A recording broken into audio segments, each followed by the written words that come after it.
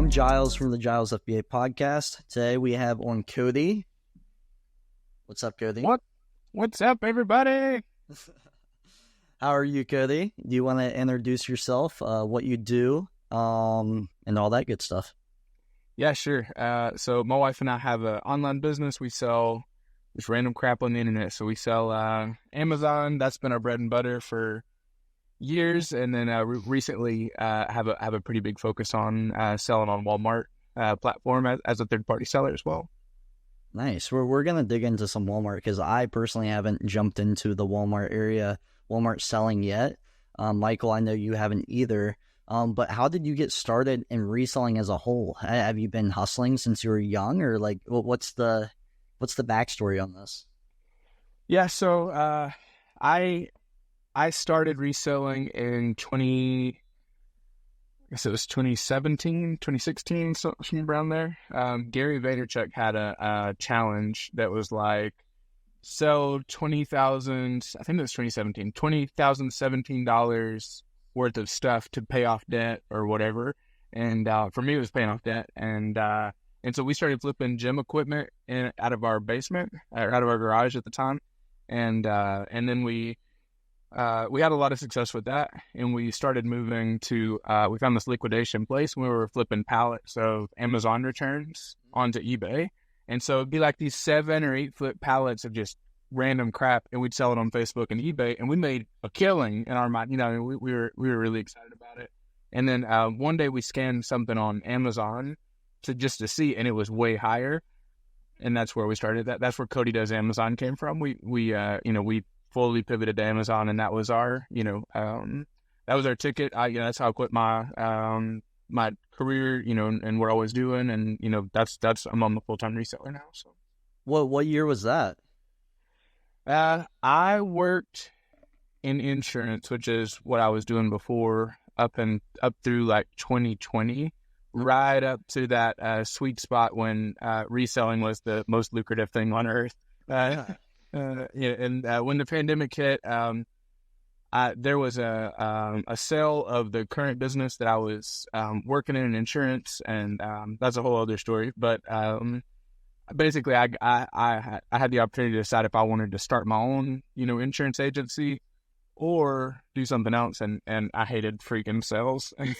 I was good at it, and it made, I have 6 kids. I mean, it made great money, but that's not what I wanted to do, and so I chose to do something else, and that something else was, same thing we're doing, to this day. Heck yeah, dude. That's awesome. So, you mentioned gym equipment, obviously during COVID, and gym equipment was huge.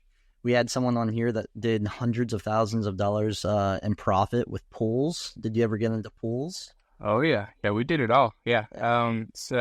Actually, someone in my group, they were the earliest people that found chlorine, and so I remember having this moment of like, holy crap! Like this is a giant, crazy opportunity.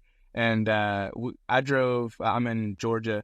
I drove Georgia, Alabama, Tennessee in my little van, filling it up to the inches from my face, filling it up with chlorine and other things that we were selling at the time. And crazy times. So yeah, 2020 really set us up nicely. Yeah, that's awesome. I know the guy that we had on said he rented U-Haul, so that's very similar to you with a minivan, I assume, with 6 kids, which is crazy. Obviously, you're doing well with Amazon, Walmart, eBay, all that stuff to support a big family like that, you and your wife. So that's awesome to see. A lot of people are very critical, or very, I don't know, just like, oh, it's reselling. Can you really support a family selling on Amazon or selling on eBay or selling on Walmart? So it's nice to see someone with 6 kids supporting a family doing this, which is awesome. It's very reassuring to see. So, now jump back into present day. Do you kind of want to run us through a day in your life from when you wake up, from when you go to bed, I guess? Yeah. We'll go through the last 24 hours. It's pretty good. So do you guys do OA or RA? What's your, Jyles, I'm your OA guy, aren't you? OA. Yeah. OA. All OA. Yeah, Love it. me as well. If I have to go in store, I mean, if it doesn't say like delivery today with Walmart Plus, I'm not going in the store to find it.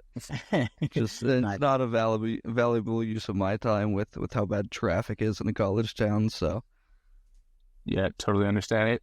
It's a trade-off. In my experience, everything's a trade-off. For me, I love retail arbitrage, and I've found consistently across the board that margins are double for us. I mean, we do really well with with the margins with our end, so it makes sense. Yeah, last 24 hours. So I usually work pretty late. So I work my prime time hours of getting work done here in my office is like 9 or 10 o'clock until like 2 or 3 in the morning, because that's when the kids probably go to sleep, and I can get work done. And I slept till probably 10 o'clock or something, and then I went out, had a prep center drop off. So we fill up tubs of stuff and just drop it off at our prep center, and that's been really, really good to us. And then sourcing, went out and filled the van back up. I've got a little route, and we just chase down leads all day long. Whatever we can find. That like everything. Let's see. Today I bought everything from dog food to toys, good bit of toys, dental, like toothpaste, toothbrushes, stuff like that. Just random stuff.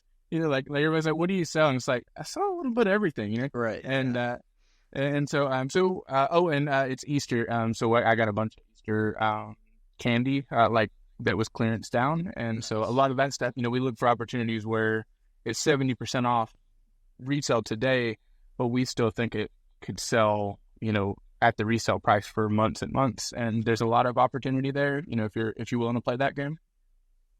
And then now I'm back here having a podcast with you guys, and then I'll do playtime with the kids. We got a big Nerf gun fight tonight, and then dinner, and then probably working again tonight. So That's awesome, dude. How is running a business with your wife? Because a lot of people usually say, like, don't go into business with your friends because it can drive each other, like, apart. So how is that combination with your wife? I know, obviously, it looks like it works for you guys, but with other people, I'd say it would probably do the opposite. yeah, it's touch and go. I love this business. She likes it all right, and it pays the bills. And so up until this year, so in January, we made the decision. Before that, she was very active, doing stuff. Now she's probably less than like 15 hours a week or something like that. So a lot of that is her coming and just working, just like hanging out while I'm working. And not that she's not working, she just works all. She got 6 kids that she's homeschooling and doing whatnot, and so she's not as active. But this whole thing wouldn't work without her. So it's she's kind of the superhero in the whole situation. So That's awesome. So you kind of spoke on a system with picking up stuff from retail arbitrage and dropping it off at a prep center, local prep center. What other systems do you have in place outside of, I guess, the prep center drop off? Systems. I have a system for inputting. With Walmart, you have to create a new listing in your catalog for every item. It's the same as Amazon. You're just jumping on listing, but it takes a little bit longer. So everything that comes in, we have to scan in, and then my virtual assistant actually puts it in the catalog and does everything, for us. So that's a system off the top of my head. Another one for overstock, we find incredible deals all the time, and so they're one-offs though. So it's not like it'll be like you're definitely not going to be able to replenish it. So you have to decide right then how deep do you go, because you're probably never going to get that exact opportunity again. So we have a pretty good system for overstock stuff. Let's see if I can turn my camera so you can see. I have boxes lining the walls down here. Like those in particular, we got it's a bunch of puzzles. We got them for like 80 cents. it's a crazy opportunity, you know, and having those, we bought just a crap ton of puzzles, and you know, so we have a Google sheet that keeps up with our overstock. That we, basically our focus is we want to keep it in stock on Amazon and Walmart, so it's steadily, you know, selling. But you don't want to send all that in because then you have to pay storage fees on it and whatnot. So I don't know. Is that what other systems? There's probably other stuff. I just off the top of my head, there's a couple. That was good. Yeah, you spoke on VAs. You just have one VA that does like admin work almost, or do you have multiple VAs sourcing for you, maybe buying stuff for you online since you're out hunting retail? Do you have other guys buying online for you, or yeah, like VA wise, if you want to speak on that real quick? Yeah, so we're growing our VA team. I don't have anybody buying for me because I'm a little bit of a scaredy cat. We do have a retail arbitrage person that buys for us, and oh, nice. That works really well when it can work. But you know that we're still figuring some of that out. We've had bad days with that too. But yeah, the VAs. So I also have a leads group that I run, and so we have a team of VAs. We have 2 full-time, and then we have like at any given time we have like 3 to 5 that are working part-time, you know, doing contractor type stuff for us. Yeah, that makes sense. For retail arbitrage, what you said, you kind of have a route. You don't have to obviously give us specifics, but a lot of the people have told me for retail arbitrage they hit like the Marshalls and the TJ Maxxes and all those. Do you hit the big box retailers as well, like Target and Walmart, and hit their clearance and scan? Do you scan with Seller Amp, or do you just scan right with Seller Central? And also, how do you source for Walmart? Like I look the Walmart. I'm not in the Walmart space. Is it the same as Amazon? I would assume it's similar, but if you want to hit on that. Yeah. Okay. So I do use Seller Amp. I'm not particularly loyal to them. They just they sent me a T-shirt one time, and so I signed up, and it works great. I probably wouldn't change just because it's just working great for us. So you know, I like Seller Amp. As far as sourcing, we don't go to hardly any TJ Maxx, Marshalls, stores like that. Okay. I want to buy stuff that I can buy 6 times or more. That's my goal. And so I found in the past when I was going to Marshalls or Ross or wherever, it was a lot of onesie twosies, and you know, making $12, you know, spending $6 and then making $12 back in profit is amazing, but it feels like a job, and I don't really want to. I don't really want a shopping job for, you know, one-offs. So building a catalog of items that I can replenish and then have my, you know, team eventually go out and buy those same products, that's a lot more exciting to me. So we focus on Target, Walmart, Kroger, Dollar General. There's some other stores, you know, they're local grocery stores to us. We do a good bit of just boring grocery, you know, barbecue sauce, macaroni, stuff like that. You know, not stuff that's like the flashiest stuff from the new movie or whatever. I found there's this whole like second level down where people they just don't source that stuff, and that's kind of that's what pays my mortgage. So you know, that's you know, a good place. For Walmart, there's not really any good way to source Walmart, unfortunately. It's a lot of guessing. It's the Wild West. So, you know, here's my process. I take the customer Walmart app, and I scan it. I'm looking for, does it have reviews? That's a good sign.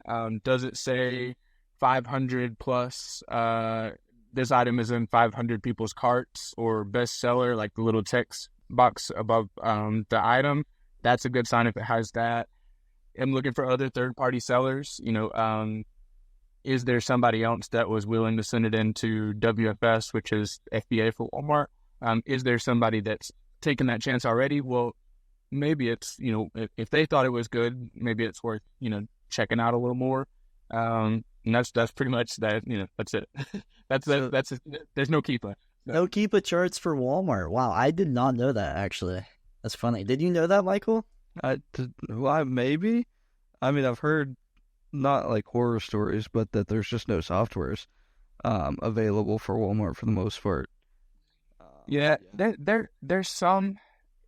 I haven't found anything that just, you know, I was excited about yet. So our strategy is we glance at the Keepa for the the correlating item on Amazon, and then we look at those things that I mentioned, and then we just guess. And that's and again, guessing on one-offs would be terrible because it's just constant. But when something hits, and then you have a replenishable supplier, like a specialty Georgia barbecue sauce, I send in 12, they sell immediately.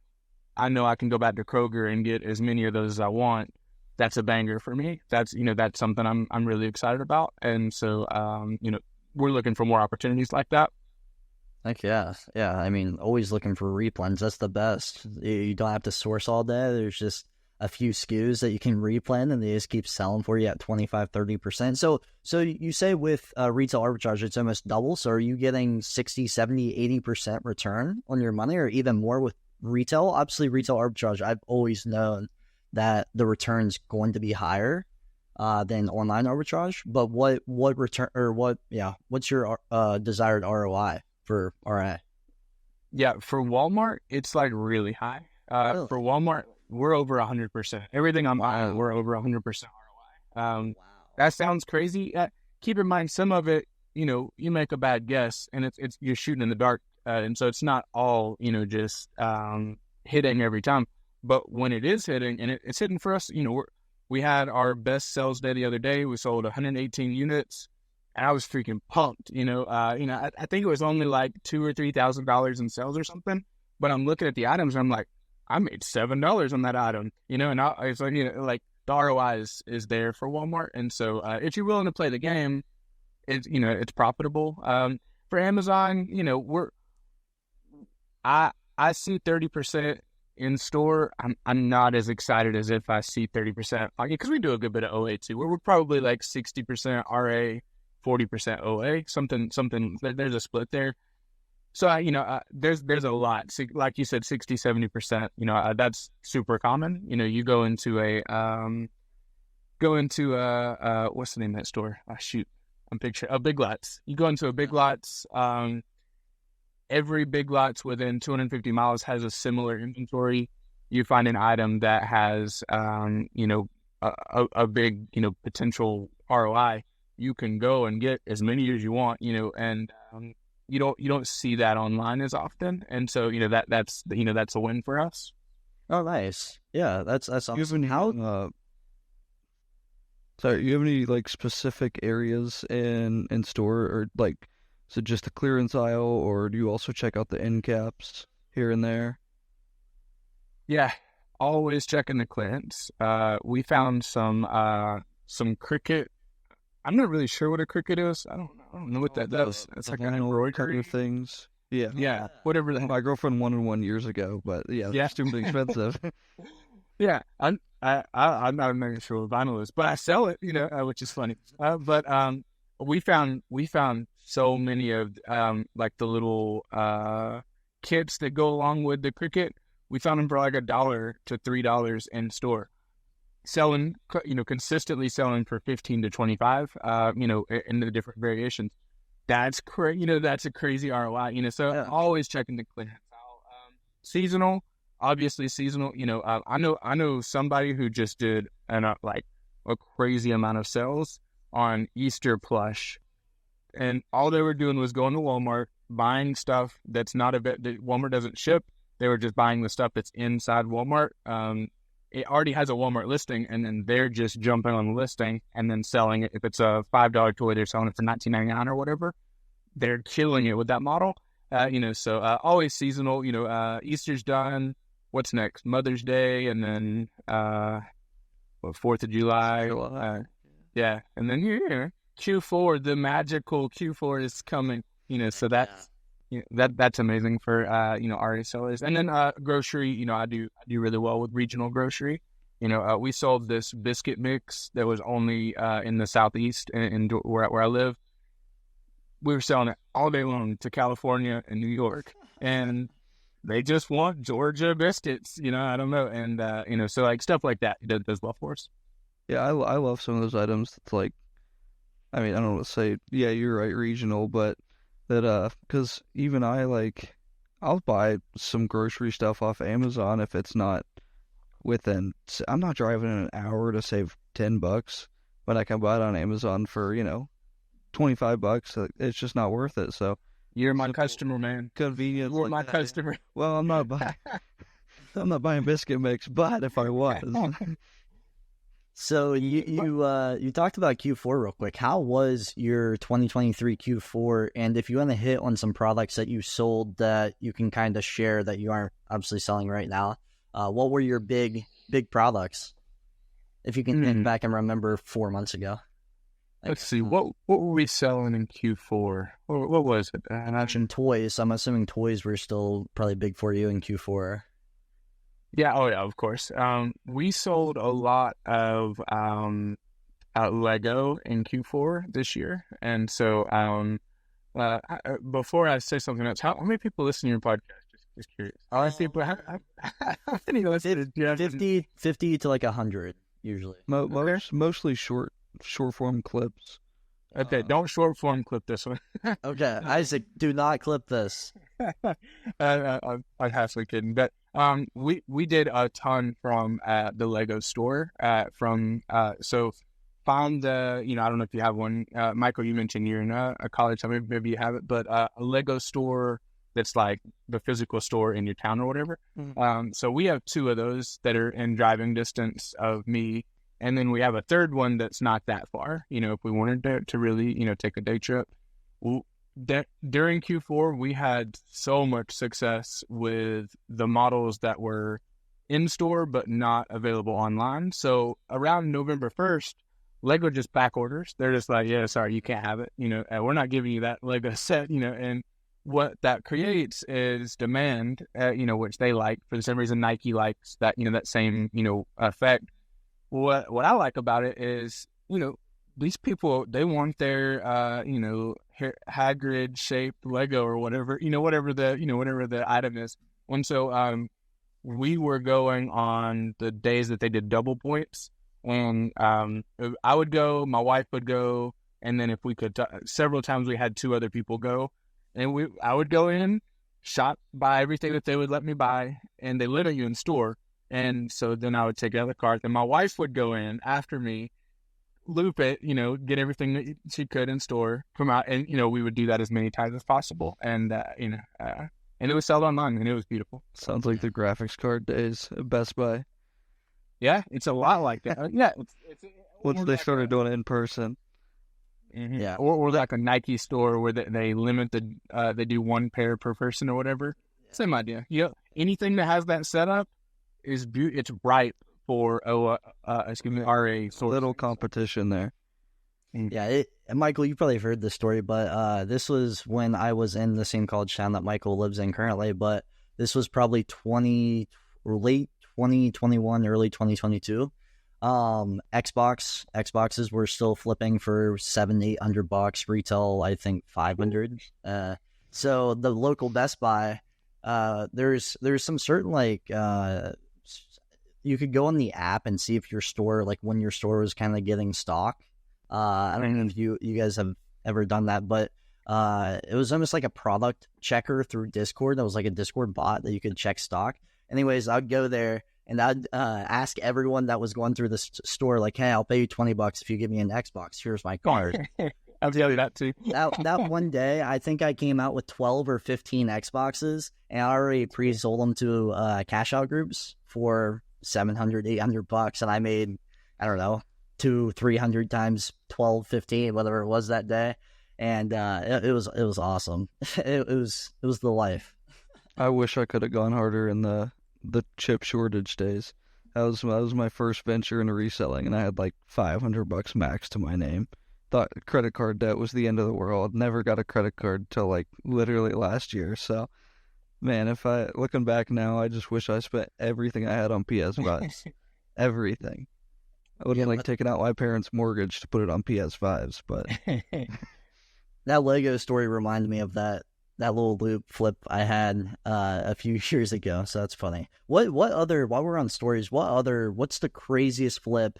That one-off flip that you bought something for $2 and sold it for $200 or whatever. What are some crazy stories that you can share throughout your, 5, 6, 7 years of reselling or whatever it is. I'm sure you have some crazy ones where you bought something for, like I said, $2 and sold it for 200-300. Yeah. The chlorine was definitely probably one of the craziest things that we've sold. Give us some numbers on that, because I wasn't in like the pool chlor. Oh, you know what? No, I've got one even better. Okay. That's right. All right. So I found there's this dog food that they stopped making. It's a discontinued product now, which is very sad. And I found it. It was marked down to like $1 or something, or $2. I forget what it was. So I bought 6 of them, sent them into FBA. They sold immediately. And I was like, oh crap, must be something here. So I went and I bought the rest of them. They sold immediately. And so I remember FBMing. At one point I started FBMing, and as soon as I would input the item, it was sold, gone. And we were selling them for like $14 or something like that. So in my group, I shared it. I messaged, and I talked to some other people about it. And one of my good friends, Heather Scott, you should go follow her. She's amazing. She said, hey, I found this other store that has that dog that was sold out everywhere. Couldn't find it. I found this other store, but it's in your neck of the woods. She's in Texas. I'm in Georgia. And I said, cool. Well, let me go see if they have it. And they did have it. And so we ended up, so that if you look on a map, the grocery store name is Food City. From where I'm at, you go like north into Tennessee, and then it goes all the way up into Virginia. There's like 50 different locations or something. So they were the only ones in the U.S. that had it. At the end, I was the only seller of this product in the entire United States. We were selling them for like $26.99 at the end, and we were buying it for literally, $2 or $3 or something. Like it was crazy. We sold in that 4 or 5 week period. We hired a lady from church full time during that time. She would drive the route, pick them all up, and then they restocked like twice a week or something. So we'd call, make sure that the truck had went through the restock. She would drive all the way up to Virginia again and back down. We sold over $100,000 worth of this dog treat. Wow. And the ROI, I mean, I should do a case study to see what the ROI was on that, because we sold it on a couple different listings because they're multi-packs. But the main listing was just that one that was just killing, and it was beautiful. It was it was amazing, and that was right before Q4. And so we're not like super loaded or anything. I make a living, but like we're not billionaires. So like having that cash influx right before the holidays was it set us up to do some of the crazier stuff with Lego and whatnot. So That's awesome. My one big RA trip was Barbie's over the summer. Made a 10-hour trip, hit I want to say 5 or 6 Walmarts. No, maybe more than that. I can't really remember, but I got between like 6 and 7 Barbies per store. I got 50 total. Sold them within the next 2 days for $20 profit a piece after the Barbie movie came out. And that was my big like wow, you can make a living on this, because that took 10 hours of my day. I made $1,000 pure profit. Yep. And yeah, that's $100 an hour for driving and listening to music. Yep. Yeah. What I tell people with RA, find your anchor product. So like in that scenario, you're looking for Barbies, but you're already in this store. And so why not check to see if they have some other stuff? So walk to the clearance, see what clearance looks like. If you have a list of stuff you've sold from Walmart before, check for those items, because the anchor product pays for your time, gets you in the store, pays for gas, make sure you're not, a loser that's not making money just driving around. And then the other stuff makes you rich. Like you can increase, you increase your income, you can double or triple based on, the other stuff you might find. Walk through the seasonal, I bet the next seasonal set out at Walmart's going to be pools. Well, you look at the pools, probably not anything there, but then you look at the little floaties. You look at, is there a limited edition, whatever, splash toy or whatever. And so you look through, what's the other opportunity that's in store, but not online. So people like Michael, who pay to have whatever you said sent to you. You sell it to them because they don't want to drive around looking for it. So they're willing to pay up for it, and that's the dream. Yeah, the only other stuff I found was some Legos on clearance, but again, made an extra $150 or so. Moved slow, but again, they sold out within a week, and I was extremely happy. But yeah, now it's just finding that kind of stuff. You must be, Cody, you must be really tapped into the toy world with 6 kids. Like, what's hot 24/7. You have to, because like guys like Michael and I were 21 years old, and I still like Nerf. Like with Barbie, like Nerf's awesome. But like with Barbie, we're like, okay, yeah, we're seeing on social media Barbie movies picking up traction. Okay, yeah, this Amazon listing is selling 15,000 times a month, and the listing's only been up 15 days. It's like, oh yeah, Barbies are pretty hot. Like, you know what I mean? Like we can catch on to big stuff, but like the smaller stuff that your kids you said they're homeschooled. I was gonna say come home from school and ask for, but like they're in Walmart as you're doing RA, and they're like, oh, look at this, I really want this, and it's like, okay, maybe I should look into this toy that my kid wants. So that's kind of a cool aspect that it was kind of thought of. I don't know if you have any kid radar is spot on. They know what's up. Between church and YouTube, my kids, they know more about culture than I do.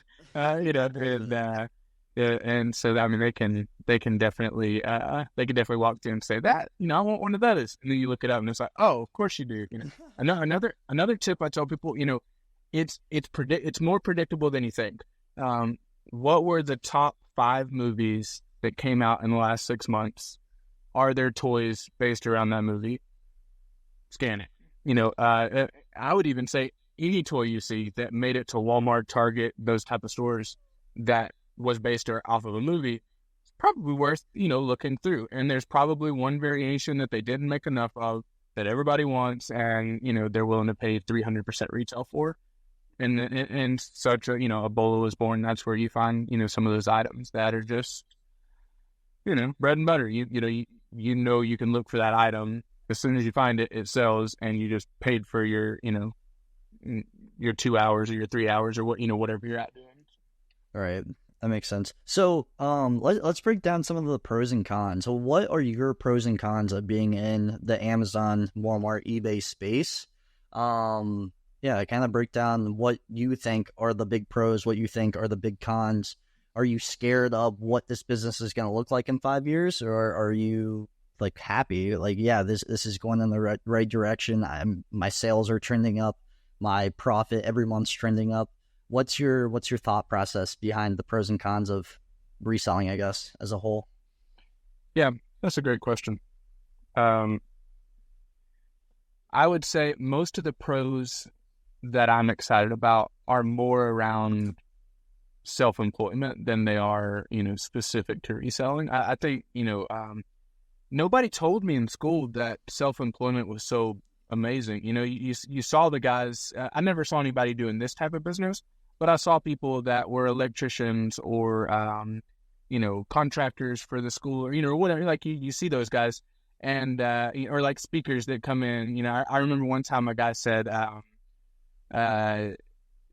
he was like a motivational speaker guy that they brought in, and he was like, what are y'all doing after this? And everyone was like, we're going back to school. And he was like, I'm done after this. I'm going home to take a nap, and like that stuck with me for whatever reason. So like, I think the pros are, I'm self-employed. Nobody, nobody can tell me what to do. And, I was in a corporate culture, I was great at my job, and, people, I could go back and get hired, yesterday if I wanted to,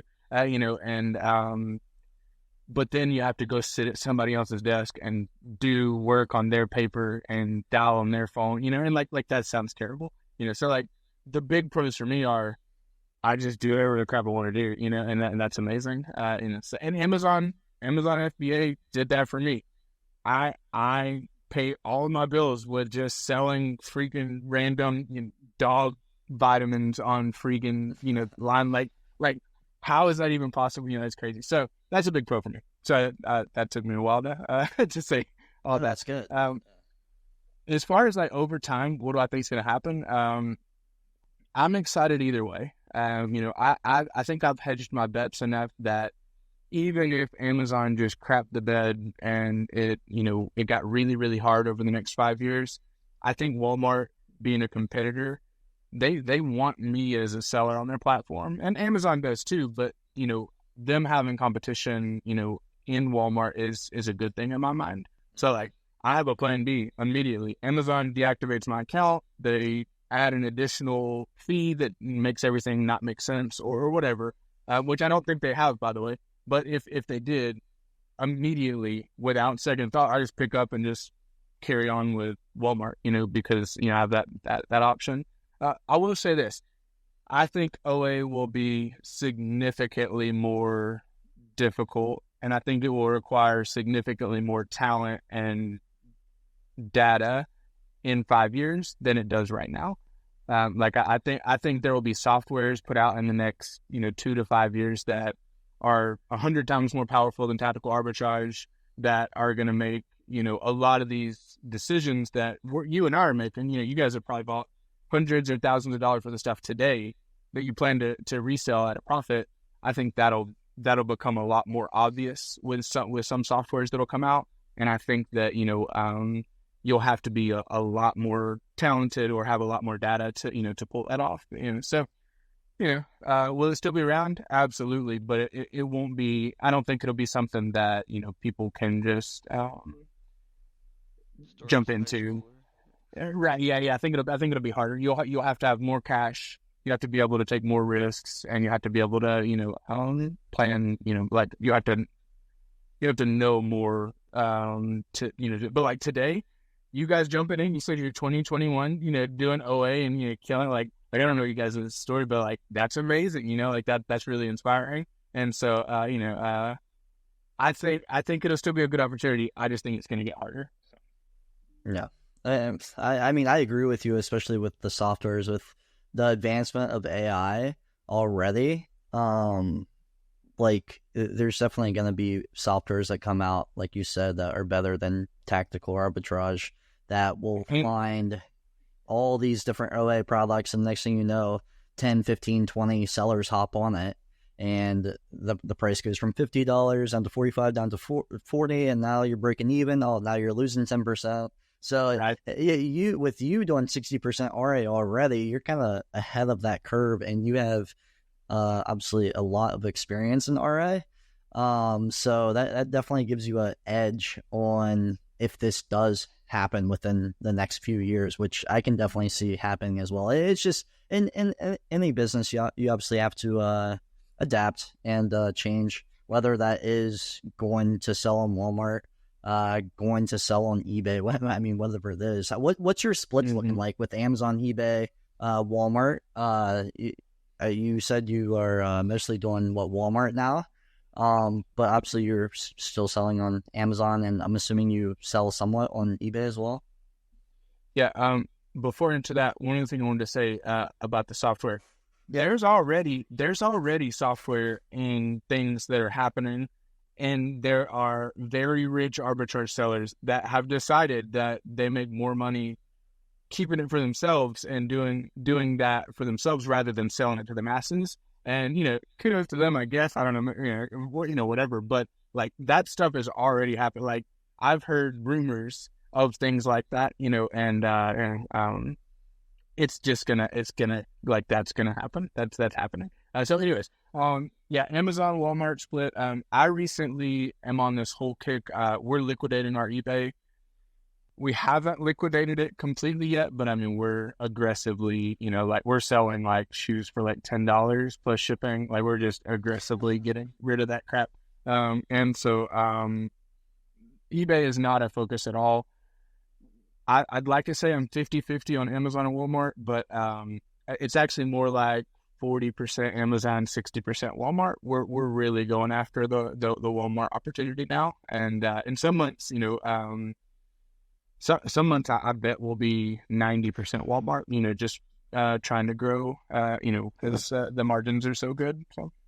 Oh yeah, are you making any Walmart to Walmart plays? I know with Amazon you can obviously do that. Are there any like, oh, I'm hitting up these Walmarts, I'm buying this for $2 on clearance and selling it right back to Walmart.com for 20 All day bucks long. all day long? Yeah. Okay, that's Yeah, I would awesome. guarantee it. When I Google search something on Amazon through Seller Amp, I see Walmart pop up with like 1722 to 4088, and I click on it, and it's 4088. I know that the MSRP is 17, but Cody over here has marked it up to 40 as the third party seller. So again, I would assume in store price is the $17, and then you guys are selling it for that 40. But correct me if I'm wrong. Imagine if Amazon had thousands of physical stores in small towns all across the United States.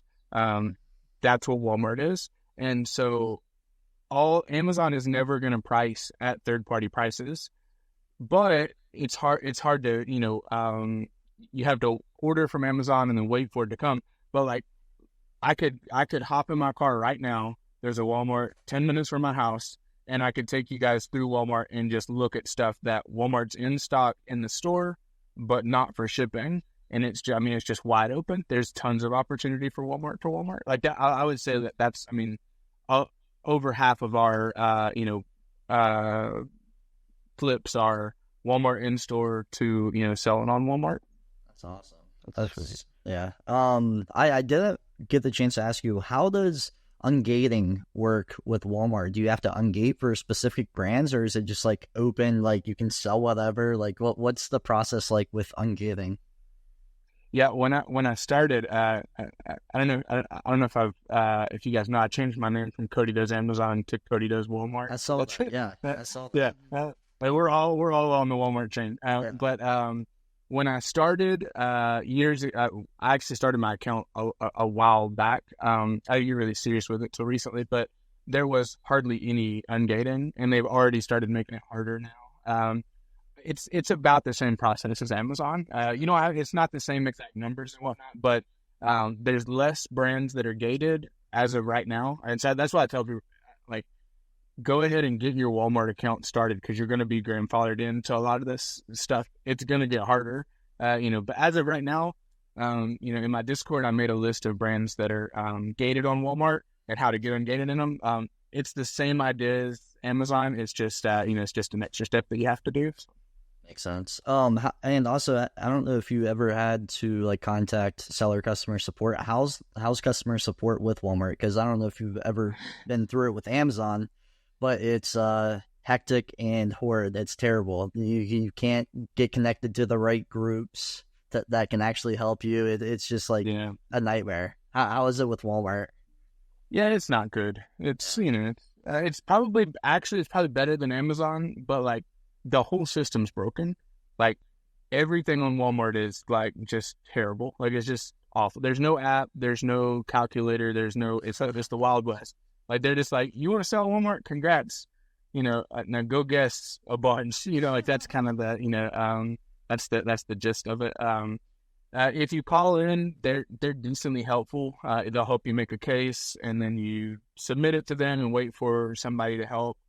Sometimes they do, and then sometimes you just run in circles like it is with Amazon and a lot of stuff. So, not great. That's my answer. Makes sense. Go ahead, Michael. Yeah, what is your I want to say like monthly cash flow look like? I mean, how much? Granted, I know on my end I'm just looking to scale, so basically everything's rolled over to inventory. Do you have any metrics you use on, how much profit to take out, how much to reinvest in inventory? You just kind of play it by ear on how much you can find. Yeah, so I have a salary. So in order of priority, I pay my team, and then I have people that contribute to my Discord, and those people get paid, and then I have a salary, and then the rest, literally everything, we budget down to the dollar to go to inventory. And so, there's probably a better way to do it, but what I do is I take, I have a little, this probably would have been a better answer for my processes earlier, Jyles. But I have a Google sheet that I keep up with lines of credit that I have available, and then the amount of cash that I have after I've paid, expenses. And I pay myself weekly, and then everything after that, we spend every dollar on inventory. And so eventually I'll have a big enough, pile of cash or line of credit that will be reasonable. I think, that's, probably not something I'll do forever, but we're aggressively scaling. We took a $12,000 pay cut this year away from my salary. And so the idea behind that was every single dollar is going back into buying inventory as fast as possible, getting it to the prep center as fast as possible. And so that's our whole, that's the business, is getting as much inventory as fast as possible, spending every dollar in inventory. And so it sounds crazy when I say it out loud, but it's helping us grow. We're growing month over month. Yeah, that sounds very reasonable to me. I mean, pay yourself, budget for your expenses, reinvest everything else, set yourself up for 2, 3, 4, 5 years down the road. And I feel like you're kind of on par with 90% of sellers at this point. Yeah, that's the plan. That's awesome. So prep center wise, it sounds like you drop off everything to the prep center, or bits and pieces of it. We want to. Sometimes, sometimes I'll come across something that doesn't quite fit, the prep center, and so I have a pile of stuff that doesn't quite fit, paying, we have a great prep fee too. We pay 85 cents a unit because, we do a good bit of volume with them. And then if they have to de-sticker it, it's 20 cents extra. And so, I'm super excited. That's great for us. Yeah. So, and they've done a great job. So, so with that in mind, but a lot of times, we came across this sale, on, I don't want to say what it is, but it is a grocery product, and it was marked down to $1.99, and it was moving. It was a great product, and there was a bunch of variations, and so I prepped all those, just because it's free money, why not? And eventually we'll be 100%. Right now we're probably 70 or 80% to the prep center. Nice. That's good. Michael, you have anything? I kind of went down through my. I don't believe so. Yeah, I kind of just came up with questions as we went, and I love the answers, so I think I'm all set. Oh, you're. I got a few actually. Do you have any tips for? Yeah. Do you have any tips for people starting out, and then tips for people that have been in the space? Just general tips. Maybe mistakes you've made that you want a new seller to make. I don't know, stuff like that. Yeah. So my biggest advice is always just get started. Just start an account. Just start scanning. It's real. I see it every day. I put content out, and so I DM with a lot of people, and I see it every single day. People get excited. They see my numbers. They see you guys' numbers. They want to get started. And then about 3 months in, they realize it's way harder than everybody makes it look. And right. They go and do the Amazon influencer program, or they go and do, what's it called, KDP, or whatever other thing. A guy told me the other day that I was crazy for selling physical products because AI was bringing in a whole new era, and he seems to be doing all right. He's doing adult coloring books with AI, something another. So I don't know. But the conversation became hilarious and comical to me when he started browbeating me. He's like, "What are you even doing? You're wasting your time with physical product. AI is bringing in this whole magical, era where you can sell digital products." And I was like, "Good job, can't do that, Yeah. But I think people get started with this, and then they see YouTube ads on doing some other magical opportunity, and they get distracted. If you would just sit down, Chris Grant has this thing. I'm sure you wouldn't mind me sharing it, but it's he says, what's he call it? I forget. He basically pulls up a Word document. He's like, "Don't worry about making $1 million. Let's just see what it would take to get you to an average salary income. How many products would it take if you're making $3 per product and you can sell 10 of them a month?" And then he writes out the math. And then he says, "What if you can make $4 profit and you can sell $10, 10 of them a month. How many products do you need? And then he's like, well, if you just sat down and found 2 products a day like that, before too long, like he writes it out way more beautifully and eloquently than I did. But the idea is, don't worry about being the next, Amazon Lit or who these other, 1,000 ASINs that's doing, 16 million a year or whatever. Just replace your salary. What does it take to get there? And so my big advice would be, just get started. Just make a plan to get to that first step, because you can. The opportunity is freaking everywhere. Like it's, whether you're doing RA or OA, like OA is wide open. If I would just sit down at my computer and manually source more, I have all the leads. I just, I like the RA because there's lower risk in my eyes. But like opportunity with OA, opportunity with RA, it's wide open. And so like you just get started and do it. The other advice I would say is, don't abuse credit cards. Be terrified of credit cards in the beginning. Michael, I know you were criticizing yourself, but like I create content around this stuff and I get DMs all the time, and I see this story where somebody goes, they get, hype about sell on Amazon, they put $10,000 in their credit card and they made a bunch of mistakes, and now, they're cash flow negative and, broke, busted, disgusted. They can't pay, that's a sad story. And, oh yeah, it can totally happen to anybody. And so, be real careful with credit cards. Yeah, I will say I played it a lot smarter when I first started out, higher ROI, higher margins, faster moving products. I was very picky. But now that I've accumulated however much in inventory and, got X cash, I'm definitely more, okay, this play could work out well, or I can make 15%.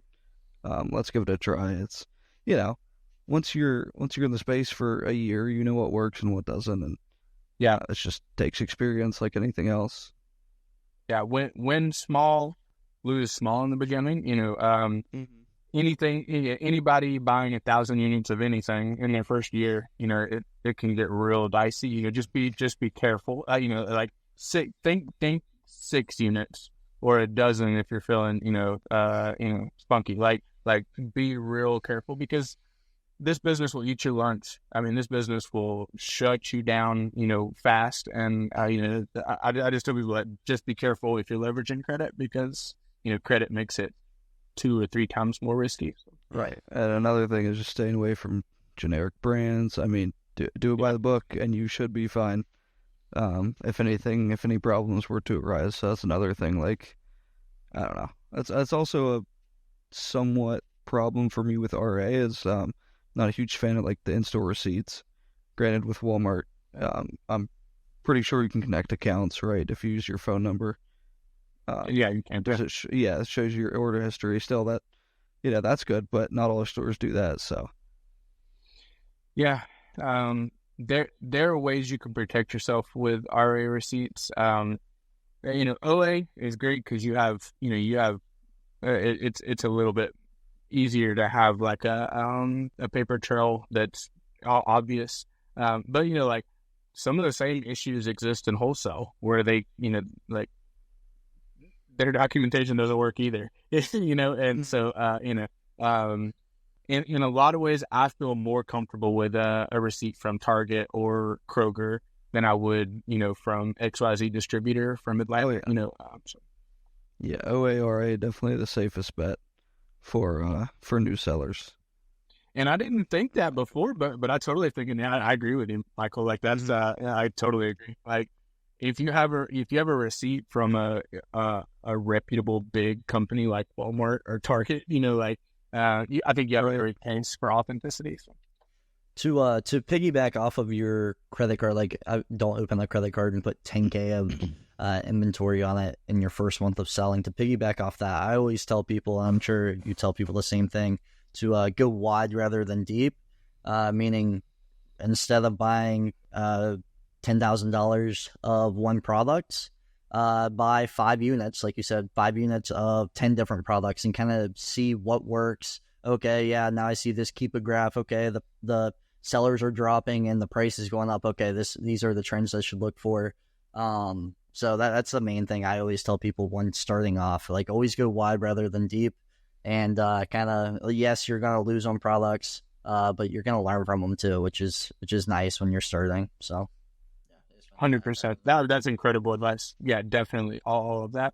Another thing I just thought of, create group chats on Instagram or whatever your social media platform of choice is. That has helped me so much all throughout my selling career. And I had the foresight to do it when I was just getting started, and I was an idiot, and I was sharing like stupid crap, like just like dumb stuff. But as I kept learning and kept trying, like just be the most valuable person in the group chat. Like just do that, and bring some leads. Like if you posted on your Instagram, or have a post on my Instagram, or somebody had 100 people look at our Instagram, like that's terrible. Don't do that. But if you have a group chat with like 6 people that you kind of know that are doing the same thing, shopping the same stores, shopping the same sales, and you make them $1,000, you are the hero. You're going to get rewarded with that. Yeah. You are the man. Like they love you, and that over years of doing that, like some people, it's just never going to pay off and they're going to forget or whatever. But over years of doing that, you're going to have this little community of people. I did it literally today. I was in a store today and I shared something with somebody that I know shops the same store just like, why not? And so, like share, be willing to share, and even like paid communities. I don't know, Jyles, if you guys have anything like that, but like, if you can pay $50 or $100 to be in a community of people doing the same thing you're doing, like that's a no-brainer to me. Like you're definitely going to make that money back, and so, I would say, that would be my advice. Like, talk to other people, network, share, be the most valuable person in the group chat. Like, that I think that'll make you more money long term than paying, I don't know, that'll help you. That'll be good for you long term. That's great advice, because a lot of the people would think, okay, yeah, I'm selling this product. I'm not going to share this product with anyone. I'm gatekeeping this product. If other people find the product, this listing's bad, I'm never sharing my products that I sell. And it's funny that it actually is the reverse. If you can get in groups of 3, 4, 5 people that are selling, and you guys are just tossing a few leads a day at each other, then that obviously takes workload off of everyone, and everyone can contribute. So that's great advice, Curly. 2 leads a day that you said, turned into, how did Chris Grant put it? You said, but either way, yeah, that 2 leads turns into 10 a day. That turns into $300 a month, and $3 a unit. That's $9K profits, or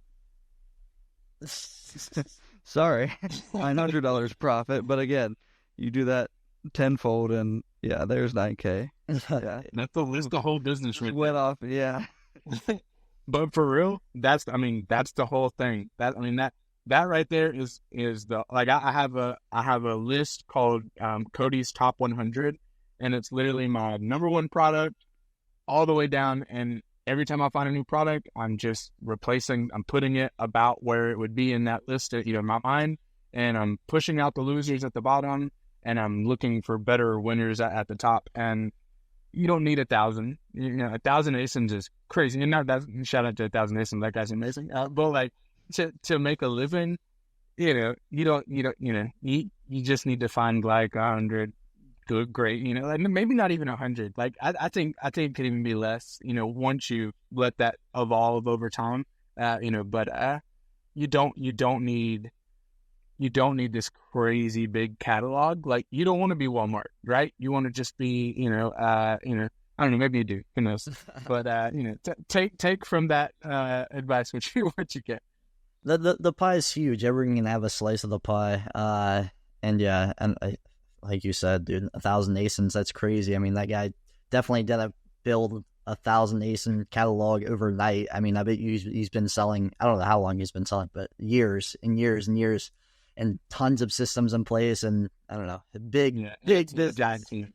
Yeah, giant team, exactly. Like if you're just trying to, there's a lot of people in my group that have a 9 to 5, and they're just trying to make an extra $1,000 a month. It's like, okay, great. Yep. Like, yeah, like you can make an extra $1,000 a month working 1 hour at night or 2 hours at night when you get home from work. Like that's awesome. You don't always have to turn it into your full-time business. You absolutely can. I mean, look at you, Cody.